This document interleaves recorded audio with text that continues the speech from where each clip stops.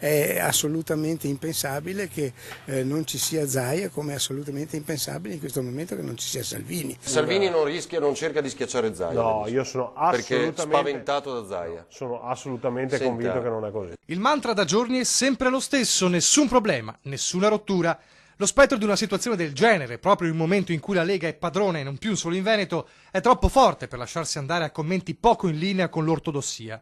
Ma chi conosce i sotterranei del Carroccio sa che le ultime sberle prese dalla Liga direttamente da Via Bellerio, dal direttivo a trazione lombarda, lo sgambetto verso Nicola Finco non più papabile per la guida veneta del partito, sono state poco digerite.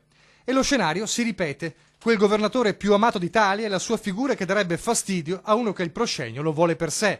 Un Salvini versione mitologico Saturno che cerca di divorare il figlio Zeus per non farsi detronizzare. Nonostante le bocche restino blindate tra molti, c'è chi parla concretamente dei timori.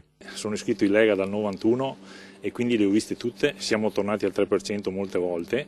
I problemi sono nati con Comencini in Veneto, sono nati con Flavio Tosi in Veneto e non vorrei mai si arrivasse al tris. Con chi? Con chi non lo so, ad ogni modo in questo momento Zaia non penso abbia nessuna intenzione di rompere, anzi, però quello che ribadisco è che sta chiedendo con forza l'autonomia al Veneto e ai veneti che se la meritano. La Liga Veneta, la Lega Nord hanno una storia, la storia è partita dal Veneto, questa storia deve essere rispettata a tutti i livelli. Non so come precedentemente si sia parlato di altre persone da essere inserite in quel contesto, diciamo, di segreteria politica di Salvini, quindi non so nemmeno da cosa nasca questo, ma non vedo assolutamente una rottura che sarebbe drammatica. Il popolo leghista cerca di compattarsi, chi parlando di interventi esterni. Ciclicamente questi temi tornano sempre fuori quando la Lega è in un buon periodo. È chiaro che qualcuno sta provando a dividere. Chi ricordando la democrazia interna al partito. Lo trovo una dialettica assolutamente normale. Il dato politico più importante è che Matteo Salvini al federale ha detto che una delle priorità è l'autonomia. Salvini sta facendo abbastanza per l'autonomia.